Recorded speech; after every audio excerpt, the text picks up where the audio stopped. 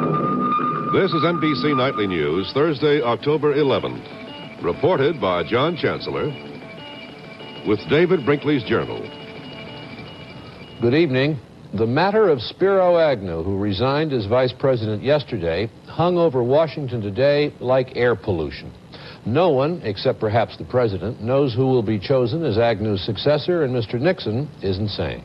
Speculation on who might get the job is breaking all records. And in the meantime, the Speaker of the House, Carl Albert, is next in line. Here are two reports from a bewildered Capitol. Oklahoma's Democratic Congressman Carl Albert went to work this morning as more than the House Speaker. Now, as the man next in line for the presidency, he has a Secret Service car trailing his limousine. It was rather an awesome bit of news I got from the vice president, as far as I'm concerned, and I'm glad that my stand-in operation is temporary and transitory. Meanwhile, Republican House and Senate members took up the president's suggestion that they submit 3 recommendations for the job. House Republicans turned in their ballots and sealed envelopes to the GOP leadership. The president alone has the decision. It is his prerogative alone to make a choice. And even though he is inviting a selection from us, some input, I don't think that this is in the nature of a poll, and that the results of the poll ipso facto become the president's choice. He has to make the decision. On the Senate side, Democratic and Republican leaders met to try to work out procedures for handling the nomination amid disagreement about whether to hold one joint congressional hearing or separate House and Senate hearings. Regardless of that, one leading Democrat issued a warning about the kind of nominee many Democrats will not accept.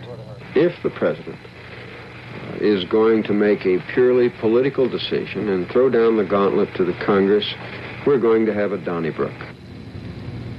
Everyone agrees there will be no Donnybrook if Mr. Nixon chooses someone who will not run for president in 1976.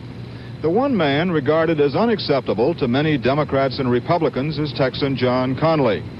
There is speculation about many others who are regarded as acceptable, ranging from Chief Justice Warren Burger to NATO Ambassador Donald Rumsfeld to former Secretary of State William Rogers.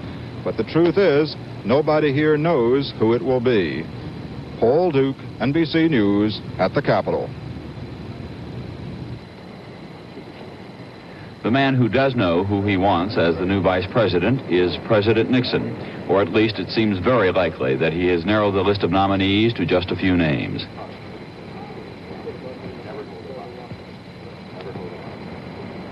But Mr. Nixon was not giving away his thoughts on the vice president today when he appeared on the south lawn of the White House to say goodbye to President Félix Houphouët-Boigny of the Ivory Coast. It was a proper ceremony, and on any other day, routine. On this day, however, President Nixon received unusually close attention. Reporters and photographers watched carefully for any clues to the president's thinking. There was none. He did appear to be tired, and the smiles seemed forced. President Nixon flew to Camp David, Maryland tonight to put his decision in its final form. White House sources say these will be his considerations. First, the new vice president would not be a caretaker. Some Democrats have suggested that the president's choice sign a pledge that he would not be a Republican presidential candidate in 1976. Mr. Nixon will not ask his nominee to sign such a pledge. The president is interested in having someone experienced in foreign affairs and national defense, and someone, of course, who shares his views on these matters. That would eliminate the liberal wing of the Republican Party, although one White House source was careful to point out that in this case, Governor Nelson Rockefeller of New York is not considered a member of the liberal wing. White House sources are confident that the president's choice would be confirmed by Congress without a long fight. As someone close to the president put it, we'd succeed with the country first, and then Congress would have to go along. Everyone seems to agree that the decision will come shortly, perhaps over the weekend. Tom Brokaw, NBC News.